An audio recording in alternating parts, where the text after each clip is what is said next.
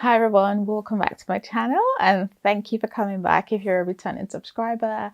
If you're new to this channel, welcome and I hope you enjoy the videos here. If you're not subscribed, please hit the subscribe button, and if you like this video, of course, give it a thumbs up, give it a like, So today, as promised, I'm going to talk about my pre-registration experience as a non-EEA OSPAP student or OSPAP graduate. So I'm hoping this video is not going to be a very long one, but I want to include as much details as I can remember because it was over 4 years ago. So around 4 years ago. So if you've already watched my previous video where I talked about applications for pre-reg places, I talked about doing everything on time. So I did mine on time. Of course, I had the advantage of already being in the UK.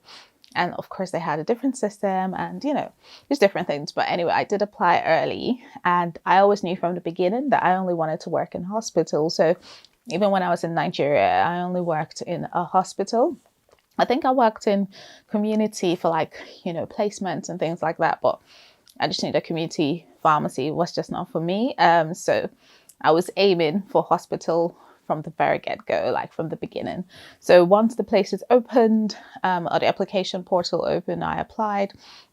And at the time, you could only just apply to 4 hospitals initially. And then for the first round, I think they had first round, second round, and then something like clearing. So I applied on the first round and I picked 2 hospitals in London and I picked 2 hospitals in Manchester. And that was because I felt, okay, I was already living in London, so it would be great to actually go to hospitals that were close to where I lived. Or I could move to Manchester and then I was going to be closer to my other half who lived in Scotland. So that was the plan because I missed out on the Scotland deadline because they had a different method at the time and I missed it out anyway. So that's what happened. And so I applied to 4 hospitals and I was shortlisted for 3 of the hospitals. So one of the hospitals didn't invite me for an interview, but the remaining 3 invited me for an interview and I was so happy about it. So 2 in London and 1 up north invited me for an interview. And out of the 2 in London, there was a specific one I wanted because it was a teaching hospital. It was like 20, maybe 25 minutes walk from my house and 10 minutes on the bus. So I really wanted to, and I wanted that hospital. It's such a big hospital, teaching hospital, tertiary center, big cardiac place, everybody wanted to work in the hospital. And I knew I was going to be against a lot of competition, but God was on my side. So I was shortlisted. So at the time, the hospitals did the interviews themselves.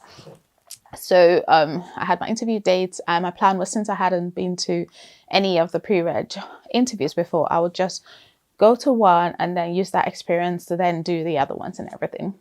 But a week before my interview dates, the 2 hospitals in London decided to interview me on the same day. So they had like a panel. So there were 2 hospitals interviewing people. I was scared because then it meant that I couldn't improve on any any feedback from maybe one hospital and use that for the other hospital, because then 2 of them were going to interview me on one day. So, but I said, you know what, I will just do my very best.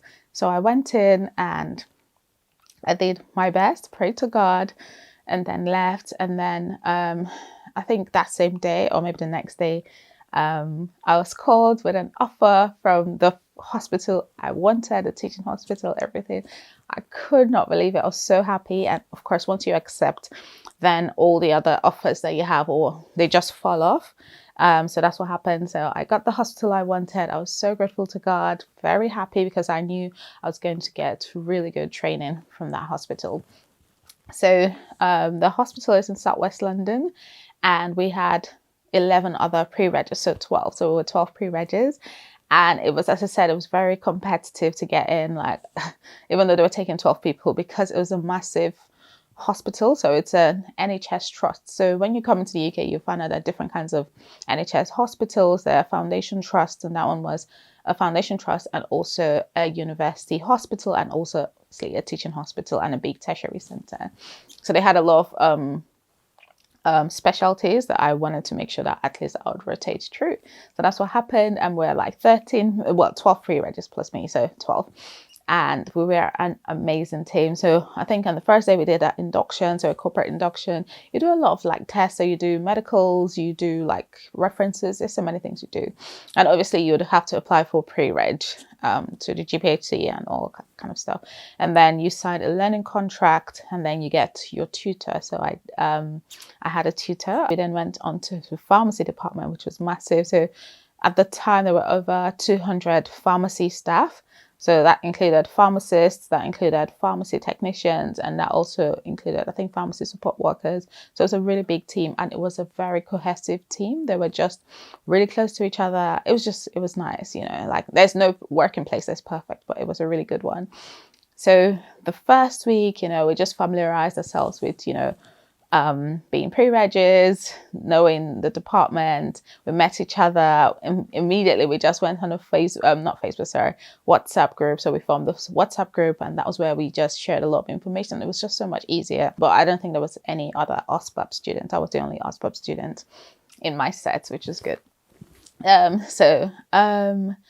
That first week we had our induction timetable, you know, and knew where we were going to, because obviously it's a whole year, and I love how I really liked how they planned everything in advance. They, you know, like you could tell that they put a lot of thought into their pre-regs. The program was amazing. Like it was difficult at the time, I'm not going to lie, but it was amazing. So I'll run you through, I think I wrote a couple of things down just so I don't forget and talk too much, because I probably would. So I met my tutor. So as I said, you will get a tutor.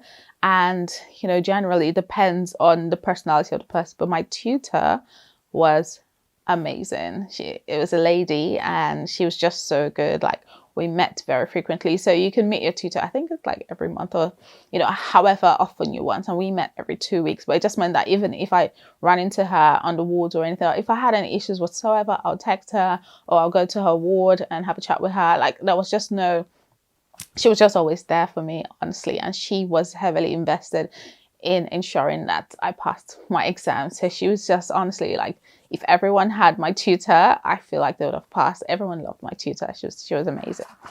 So now let's talk about the rotation. So as I said, it was a very big hospital.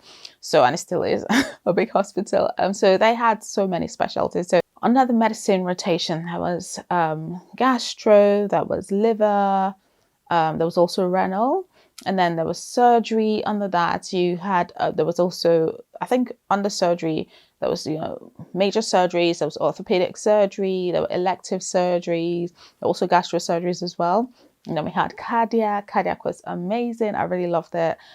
Being there, I actually watched 3 procedures done. I watched something called a cabbage. So that's a coronary artery bypass graft. I also watched an ablation, and I watched a TAVI. It was just so amazing. Like they're just so open to teaching people. So I watched all those procedures with the medical staff, with the surgeons and everything. I was actually in the room and all that. It was so good, and I learned so much. And actually my foundation as a pre-reg in the cardiac rotation was what influenced me, amongst other factors, to become an independent prescriber in cardiology, which is what I currently am now. So that's by the by. Then there's pediatric rotation of pediatrics, where there'll be young kids and all that. It's so sad working there, but you know, it's good when the kids get better. There's also aseptic and technical services, where we make medicines for oncology people, or people who need total parenteral feeds or nutrition. So, you know, like bags of food that they have to pass through tubes to them.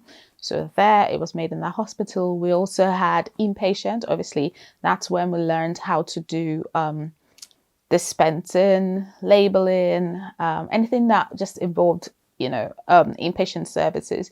We also had outpatient. So as I said, hospital was big, so we had loads of clinics. So there were outpatient prescriptions. You need to know how to screen it, how to review it, and things like that. So I think the first 4 weeks, we actually just stayed in the dispensary. We learned how the robot worked, because most big hospitals in the UK or in England have robots. So we learned how the robot worked. We learned how to dispense properly, label. We had like logs as well. So you had to do a number of items before you were signed off to dispense on your own or to label on your own and things like that.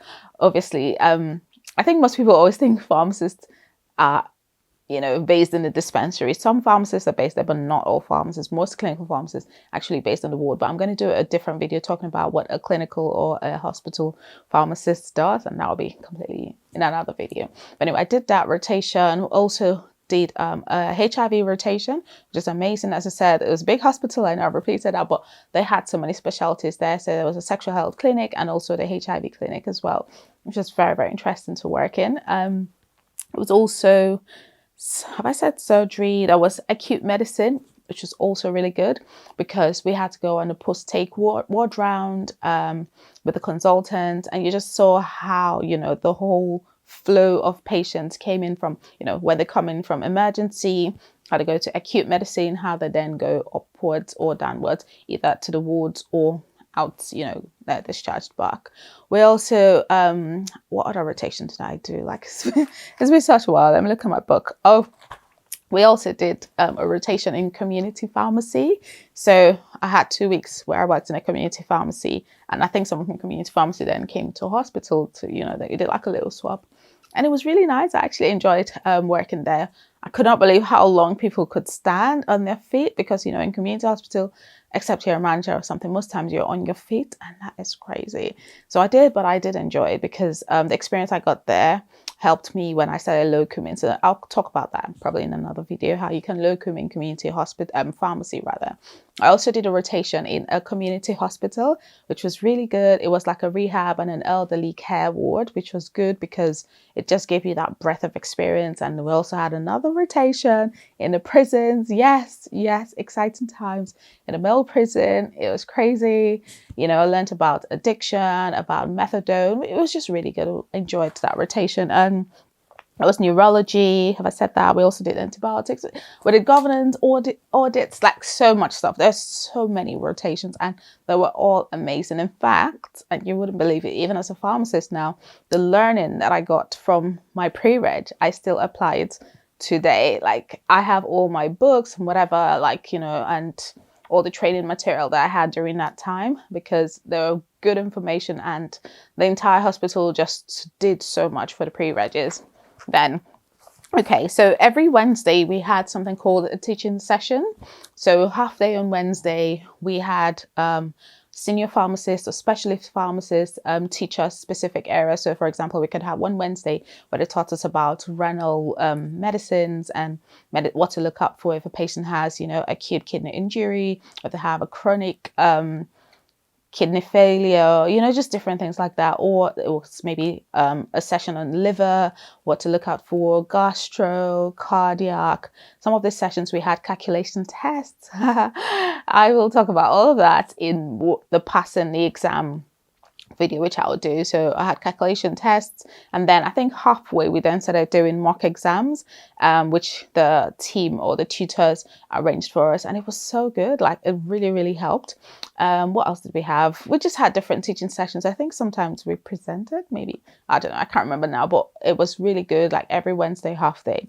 And then nationally, so every month we had something called study days where we went out. So the pre-regis, because we're all split like in different groups. I think it was based on surnames or something like that. So you had your own specific study day once a month where you went to meet somewhere else, like a regional center, where you then met all the pre-regis in hospital from other parts of London. It was amazing. Honestly, it was so good. And you could make new friends and you could, you know, just learn from each other. And then during the study days, they taught us. So it was, I think it was Health Education England or LASSE. I'll put the meaning somewhere up there. They organized these sessions and they were so amazing. What else did we have? Okay, we had appraisals. So I already talked about it in my previous video on pre-registration. So we had the 13-week appraisal, 26, 39, and I think the final one. And your tutor would do that. So your tutor would sign you off. And before you sign off, obviously, you have to meet those standards and competencies and evidences. At the time, I don't think, in my own time, we didn't have to upload it. You had to physically type it out and then it was read by your tutor. What I did from the beginning was I decided to get organized. I had 2 folders. One folder had all my rotations and all the things I learned from it, and I still have those folders. And the second folder had all my evidences. So any rotation I was in, I would do my evidences and just put them like in a folder, in a little file. And it was so easy because when it was time to compile and, sign off, it was easy. And I have everything in one nice, lovely folder, and it was signed off. And sometimes you had to have a witness. So for example, if you did something really big on the ward, then the ward pharmacist who was supervising you at the time can sign you off. So basically, I'm sure you're wondering, what do pre-regs do? Which is similar to what a pharmacist would do. So on a day like that, I'm on the ward with a pharmacist, I would go in. I think in the beginning, we did things called drug history. So which is where you learn how to obtain a history for a patient that has been newly admitted on what medications they were taking. And there's a whole process to it. You have to ask previous medications, look at those medications, review it. You have to check expiry dates. You have to check sources because you can't only rely on the patients. You have to check the GPs.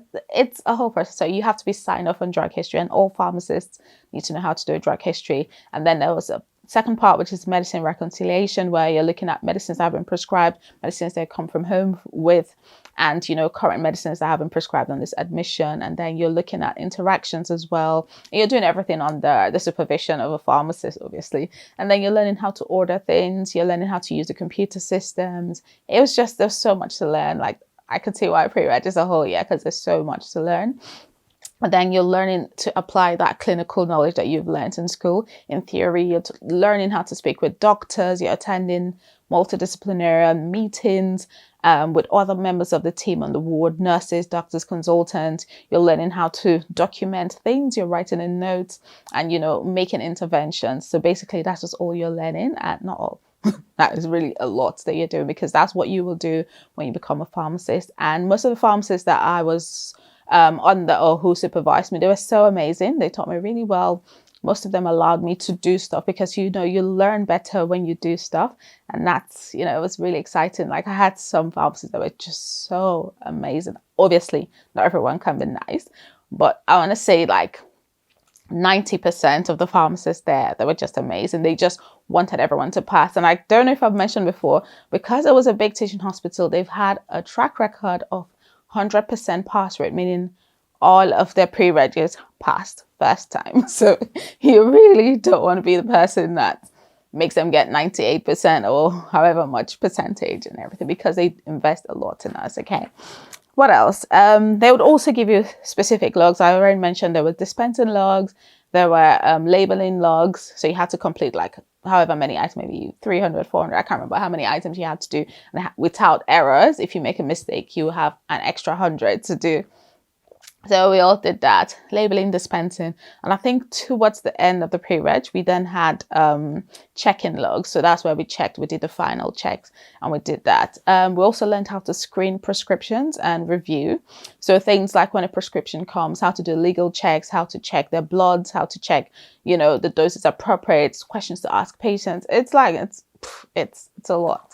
So I learned how to do that. And because the hospital, as I said, was big, people lived on the hospital premises or like the next building, which meant we did an on-call service. So the pre-regs shadowed an on-call pharmacist just to know how on-call worked out and what you had to do when you become a pharmacist. And I thought that was really interesting. What else? We had like a little passport, like not passport, but it's like a booklet where there are some specific things they want you to pass. And then you had to be signed off for those. And that was separate to the evidences that you're completing. So it was pretty full. We also had study leave. So towards the end of the pre-reg, all the pre-reg period, all the pre-regs had 2 weeks annual leave, which you take from your annual leave. But it was also a study leave because that would help you, study for the exam. And even before the exam, like we had loads of past questions. We had like mock exams. We had people giving us tips, what to do, how to manage our time. And, we had reviews and things like that. The team, like our pre-reg team, as I said, were just so amazing. Like it was such a good team. We're all in the same WhatsApp group. We actually had fun, not just studying. We used to go out together. Well, I never used to go out so much like that. But whenever I had opportunity, I would go out with them, not just us, the whole department. Like it was a really close team. They're very, very close. We go out for dinner. Sometimes we go to the pubs. We organized the Christmas party that year, and it was amazing. We also organized the summer party, which we did the day, which was on the day the results came out, but I'll get to that later. So yeah, we did International Foods Day. Like, we just had, even though it was a tough, hard year, studying a lot, we actually had fun. And, you know, when you have other colleagues like pre-registers as well, you can talk, you know, we all sat together to have lunch sometimes. You can talk about, you know, how you feel, and it just makes you feel less isolated. You're not lonely. You have other people to talk to and share your pain or your happiness, or, you know, things like that. It was really, really good. What else? We also had an audit rotation or governance, where you had to do an audit, and that's part of the pre-reg. You have to do an audit project. So I did mine, and mine was selected to represent my hospital on the national level. So I did that. In fact, by the time I was doing it, I was so exhausted because I really only wanted to just read for my exam, but it was good. Let's talk about how difficult that year was. So I already mentioned that, you know, I had a little gap in pharmacy from Nigeria, so I didn't go straight from, you know, finishing so I did my master's in something else, and I had a gap in between where I worked as a project manager. I also worked in the NHS and stuff like that. So I hadn't done anything pharmacy for like maybe 4 years, almost 5 years, which is why when I went back, I did my OSPAP. My OSPAP, I feel, was more geared towards community pharmacy, because I feel like maybe they thought a lot of OSPAP students did community pharmacy, which is true. A lot of my friends work in community. Just a handful work in hospital. I don't really know why. I guess maybe preferences.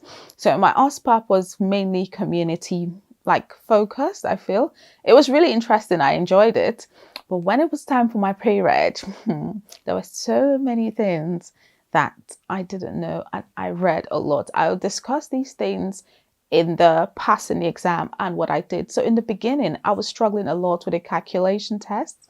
Like it was crazy, because I don't know how to put this. So that sounded like I'm bragging. I'm a normal first 5 student. Like, I do, like, people who know me like would say I'm an A student. Okay. But for the pre-reg, I didn't feel like that, because I was not doing well in my calculations whatsoever. Because I feel like in Nigeria, as a pharmacist, our calculations are slightly different, but here it was crazy. Like, and that's the very, very important thing to do from the beginning. Just identify your weak areas and improve on it. So even clinically, like, you know, interactions and things like that, it was so different. And I read books. I'll show you some of the books in my other video about passing the exam. And I just put in the work, and, you know, it was different, because obviously I know I'm a pharmacist. And one of the advice I would say to OSPAP students, when you're doing your pre-reg, even though you're already a pharmacist in your country, just leave it at the door. Just leave it at the door.